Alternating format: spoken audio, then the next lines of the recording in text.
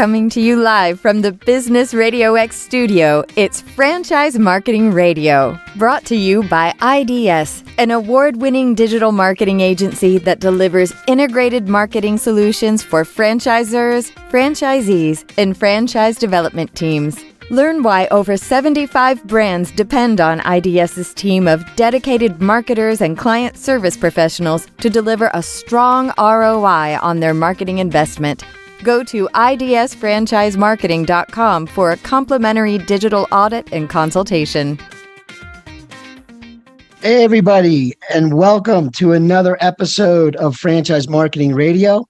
I'm your host, Rob Ganley, and today I have an awesome guest.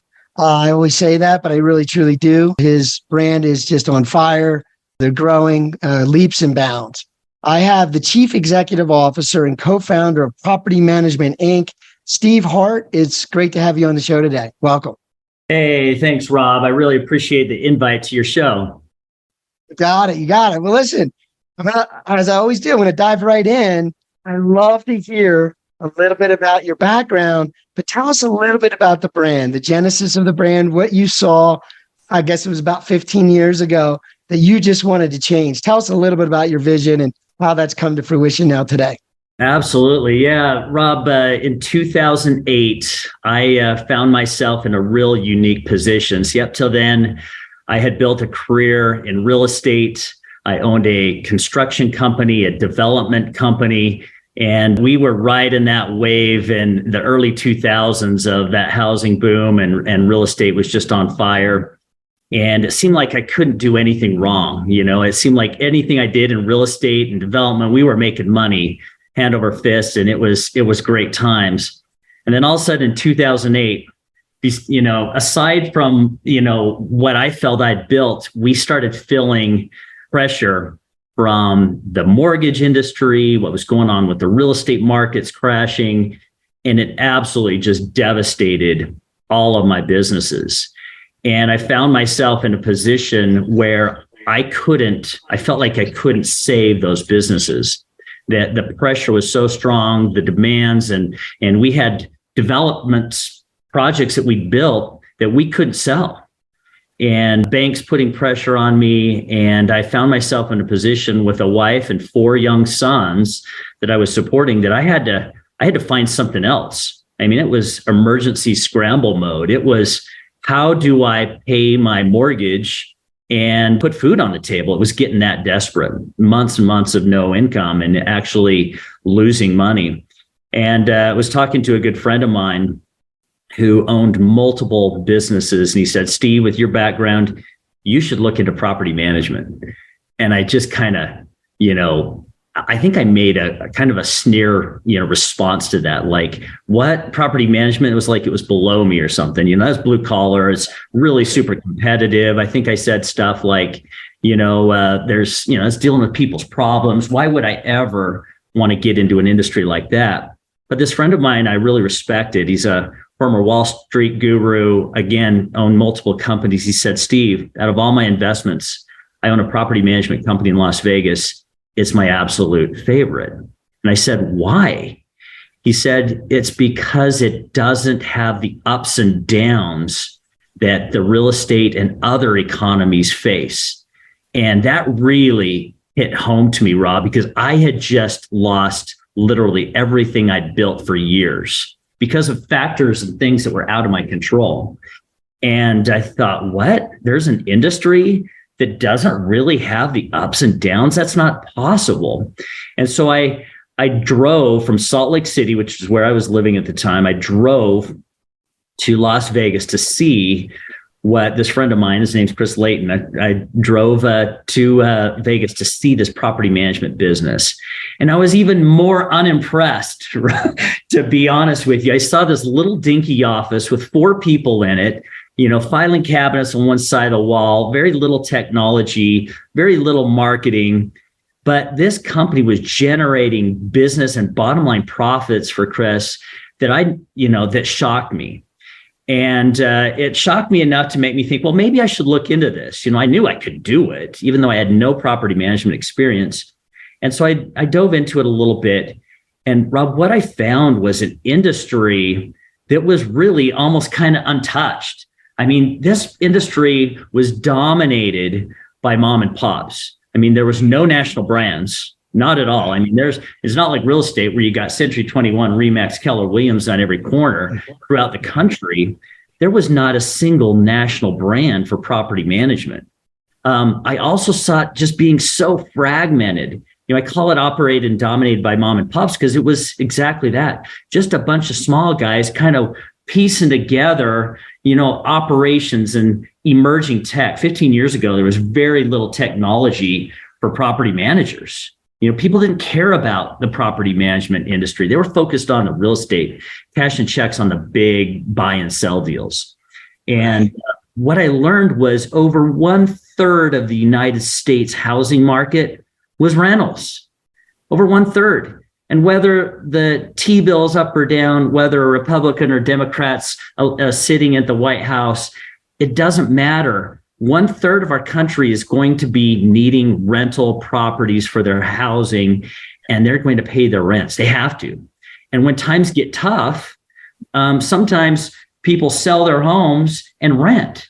And so when times get tough, like in 2008, more people were renting, which means more profitability for property managers. And so I saw this void, I saw this need.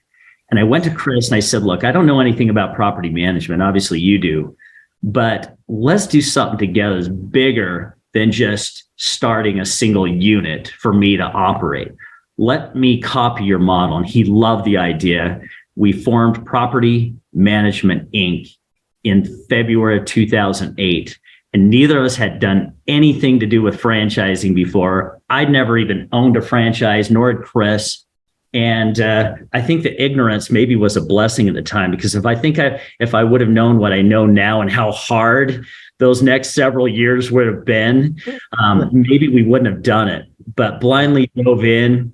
And you know what? We just started creating processes that franchisees could come in and follow. We started creating over the years. This took years.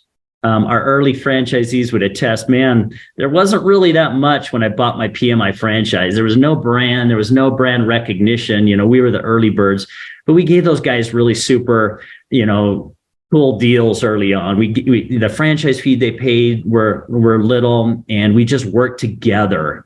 We really leaned on our franchisees in those early years. Because remember, I didn't have this business, and Chris's business, was it was good. It was a standard property management business, but it didn't really have marketing, the tech that a franchisee would need. And so we really had to create those things from scratch.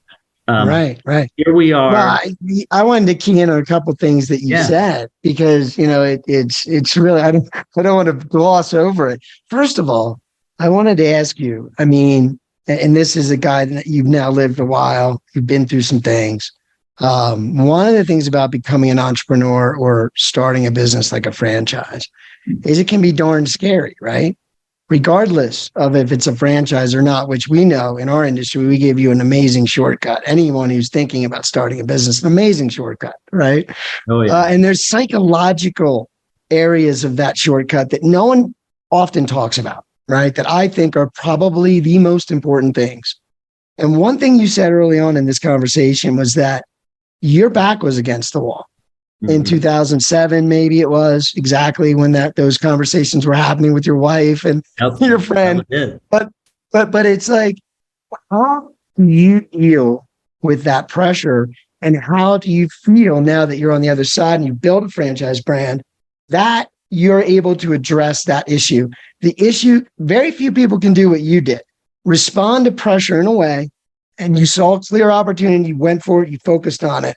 But a lot of folks, that's where the pressure derails you, right? Tell me a little bit about how franchising removes that. Like, you remove that. You had to go through that, but no one else will. You're wanting me to peel back the onion to show some of the ugly.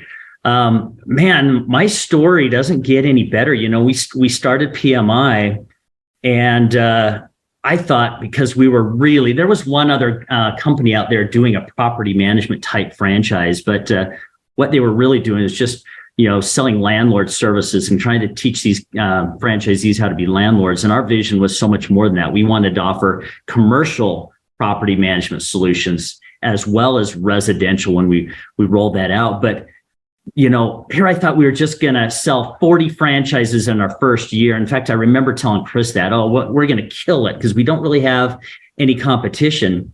And Rob, what happened was the exact opposite. No one wanted to buy our franchise. And remember, I had no income. Here I was just scraping along as it was when we started, and it got worse. By year 2, I think we sold like 6 franchises in our first year. And year 2 is similar number, maybe 7 or 8. And it wasn't even enough to pay my bills. I mean, we were losing our home. We were losing our cars. I had to drop our boat off at the bank to prevent the neighbors from seeing a bank come in and repo things. I mean, it was as bad, Rob, as it could get. My kids were on discounted government, supplemented school lunch, and they were embarrassed to go to school. And I mean, it was really humbling for myself, my wife, and our family to get this business off the ground. And it got to the point where my wife said, Steve, I love the entrepreneur vision, but it's time to get a real job. She said that. And this is 2 years in. I had 13 franchises that believed in my vision and had paid money to do this. And here I was thinking, I got to sharpen up the resume and go get a real job. And it was crazy because although I was thinking I got to take care of the family, I leaned in even more because I really believed in this.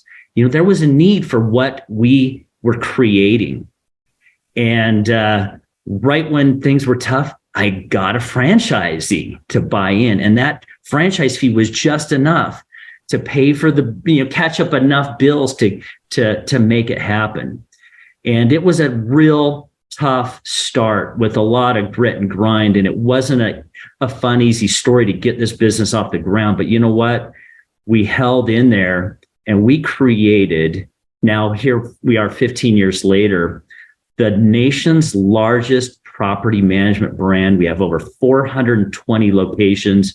One cool thing that really helped us explode is, remember I mentioned how we were listening to franchisees? Well, our franchisees were saying, hey, Steve, well, residential business is great, but I'm in Maui. There's this new thing called Airbnb here. And it would be really cool if I could do short-term rental property management. And I told them, I don't even know what that is, let alone support you and help you create systems behind that. But why don't you go ahead and do that? And I'll support you any way I can. Well, that franchise and PMI started a short-term rental component to our franchise. So franchisees that wanted to expand or even just come in and do short-term rental property management then could. Years later, we had franchisees that were just getting bombarded with requests asking them if they could manage their homeowners association. Homeowner association management's a booming sector of our housing market, but there's very few property managers that do HOA management. And so we did the same thing. We rolled out a complete book of solutions, services, technology, support, and training for our franchisees that wanted to be successful HOA managers. And what we created was a suite of services for our franchisees that can do residential, commercial, short-term HOA management. We're the only ones offering this level of expanse to people that want to do that type or those types of property management. And it's really been part of our real key to success, because franchisees that come in and thinking they just want to do residential, they have that ability to expand in their market and do more than one sector if they want. And it's really been a component to our business that's made us different than the other guys and really created a lot of demand for people wanting our franchise. Yeah. No, it sounds like an amazing model, and one that, who thought of Airbnb, right? Like 10, 15 years ago. So that's amazing to be able to evolve and there'll be more. There'll be more, more innovations, more changes in the world.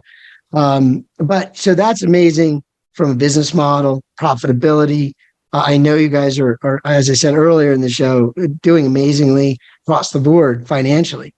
But tell me a little bit about the real estate owner and the rental, his client or his customer, right? Tell me how what you do have solved some problems there. And obviously when you provide a good service, people hear about it, right? People talk about it. It's still something where, locally in the market you're in and you're serving, people are going to care about how you're taking care of the owner and how the owner reflects, to whoever's renting from him. But how has having a national brand, the largest, and how have you been able to influence just providing a better level of service for both sides of that equation? Yeah, it's evolved a lot over the last 15 years. When we first started, our systems were as simple as, helping our franchisees just answer the phone. Can you believe that? A franchisor telling and educating a franchisee on our industry is so simple. Did you know that only 25% of property managers, even right now today, in 2023, only 25% of the property managers answer their phones? That's a big problem. We're a service industry, and no one's even doing the simple basics of answering phones and talking to these owners and or tenants. So we started out with the real basics, and it worked for us. We helped our franchisees develop these turnkey systems to just making property management more manageable and just doing the little basics. Now, our systems and training has evolved a lot now. I mean, we have complete turnkey technologies that help a property manager onboard a new property and get it rent ready, and then once it is rent ready, we have marketing tools to market that property. So we're basically helping that property and that investment property owner find a better tenant quicker than if they were to do it on their own. These investment property owners think they're saving money by not having a property manager. And it's funny to us professional property managers because they'll take a couple months to turn around and clean up their home and find a tenant for that, where a good professional property manager can turn that between a tenant, turn it in a couple days, if not a week. And just that 1 month's rent that investment property owner lost by not turning it quickly that's the property management fees for an entire year for a professional property manager. And so, building out those kind of systems for owners that help owners, they help tenants. We have tenant programs that help tenants have more resources, more communication tools through apps and software and websites where they can reach out and communicate with their property manager in real time. An owner can access financial statements and if there's any repairs that need to be done on the property, they can approve repair projects or put requests in, all without picking up their phone and trying to get a hold of their property manager. This is the level of technology that we've adopted and brought into our franchise. And our franchisees are taught this and have these tools right out of the gates. And it just makes them able to just perform at a higher level than where property managers have been doing in the past. Yeah. I mean, that's one of the exciting things about being a franchisor is, you get to step back from that first one all the way back from 2008, right? Oh, yeah. Where you're looking at it saying, all right, that's a good business, it makes good money. But since then, it's like, how do we make it better? How do we make it better? What lever should we pull? What's the most important lever to pull? And so you're teaching and learning and constantly getting better. So with all that being said, right, these franchisees that come in now, you have 400 plus locations and you're growing leaps and bounds. How now do you focus, or is there a focus on the right candidate? How does that look now? Like when you bring in someone new to this culture, this vision, what you're doing, obviously you're a successful company. How does that look when you're looking for a new partner to bring into the brand? What are the requirements? What do you look for in a candidate, I guess? Well, we've done such a good job at improving our training and these processes that I spoke of that really the missing link is someone that's really got a strong work ethic, someone that is willing to do the work. The property management, even with all these tools that I mentioned, it still comes down to, you still got to be able to roll up your sleeves every day and get out there and take care of those properties, take care of those owners and those tenants. If you're managing short-term rentals, you got to provide an experience for those short-term guests that are just there to, on holiday or vacation for 3 or 5 days or a week. And that experience has got to be exactly that. It's got to be welcoming. It's got, the property has to be dialed because you're hosting that guest for a week. And so our franchisees have to be really on point and willing to do that work.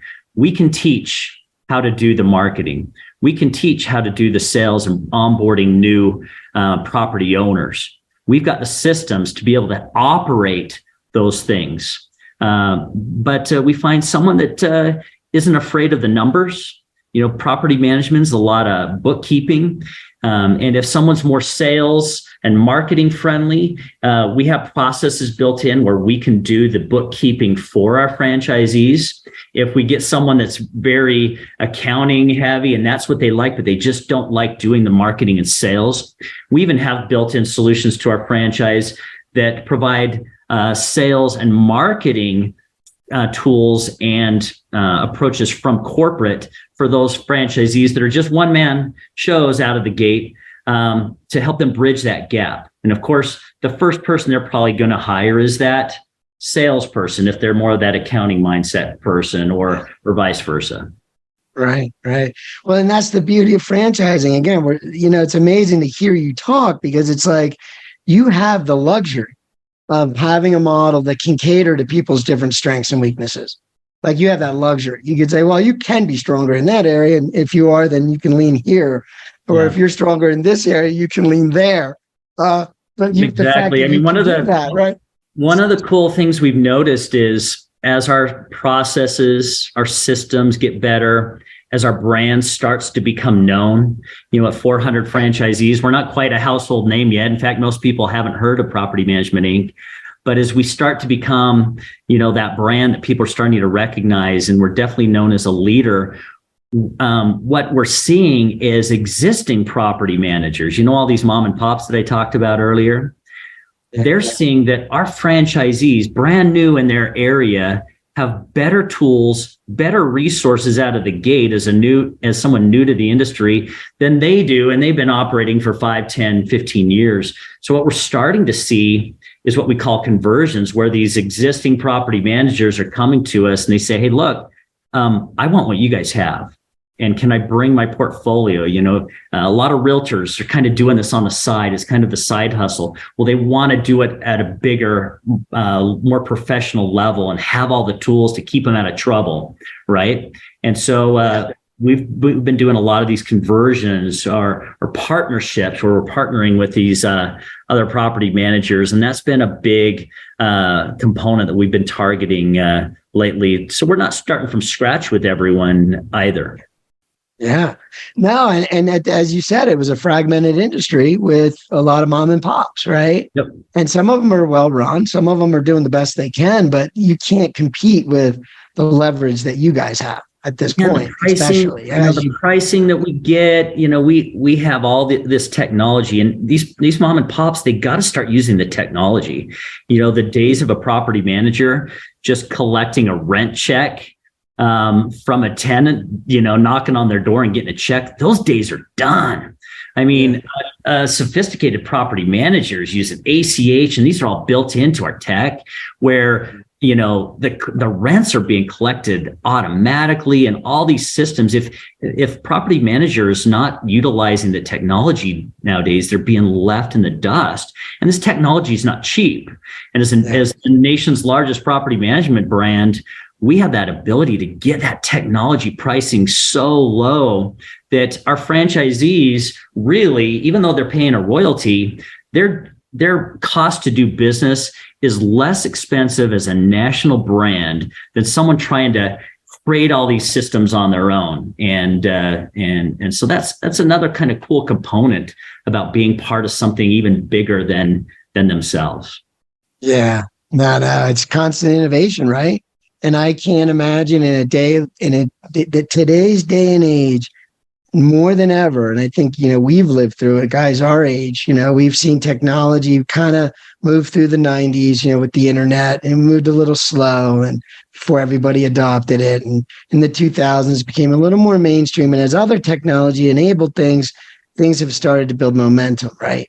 As we are now in the 2020s, to have a team behind you as a business owner that's constantly keeping an eye on innovation and those levers, because it's still business, right? But which levers are you pulling and how are you doing it? And is there technology that can make a more profound effect? And, it's hard to do that when you're a business owner, especially a local operator. You're not going to do that. You're not going to be changing and pivoting all the time. But with a franchisor, you can, because they can do the R&D, they can put the effort in, they have the leverage. And that's how important. That's why there's so many mom and pops in the property management world, in my opinion. It's because it's really hard for these mom and pops to scale, because there's so many different components. You got the marketing, you got the tech, you got the sales, you got the ops side, and it's hard to have that well of a balance in all those areas for a one-man show. And it's just tough. And so what's happened to these property managers? They pick up 50 doors, maybe 100, and they just kind of stall out because they're not making enough money to really transition and hire someone of their weakness that they need in their company, because they're barely making ends meet. And so they find themselves as just grinders, just doing that day to day, making decent money, but just not enough to really expand and grow that business to more of a strategic level. And our franchise offers that. We have that ability to help them scale and really get those numbers to the point where they can make the money that they really should be making as a property manager. Yeah, and again, that's the way you're talking shouldn't be lost on anyone that is probably the hardest thing for any local business, any entrepreneur to do on their own, is to get past that threshold of basically duplicating themselves, right? Being in a position where they can step away and it runs and it can be grown. You can grow it. You know exactly how to feed that engine and grow it. I love so that's hard to do. Step away, because that's one of our goals. I stood in front of our franchisees at our annual conference 2 years ago, and I said, my goal as the CEO of this company is to create 200 millionaires in our brand. Millionaire meaning if their business value, if they were to want to exit for whatever reason, they could sell that PMI business with the portfolio they've built attached, and it'd be worth over $1 million. So they could pocket at least $1 million. And Rob, I can tell you, we are well on our way to that goal.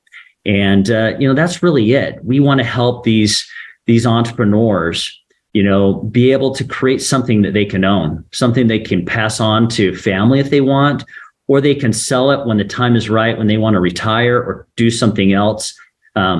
This industry and this business is that. And we've created these systems so they can ultimately be an absentee owner if they want and operate from afar. We've got several franchisees that do that, and a lot that just are there on the daily, growing their business to the point where they can exit and do what they want. That's amazing. That's amazing. So I mentioned a little earlier to you before we got on air here about, just hearing you talk, right? Hearing the kind of culture you put installed in this brand. I'm interested to know, what were some of your influences? And do you have any principle or something that you extracted from some early mentor that you it works for you? And it's been working all these years. Anything like that? Or just tell me a little bit about your inspirations. Yeah, my dad is my biggest inspiration. He was an entrepreneur himself. And although he wasn't in real estate, he taught me from early on in my childhood that if I wanted something, I could get it.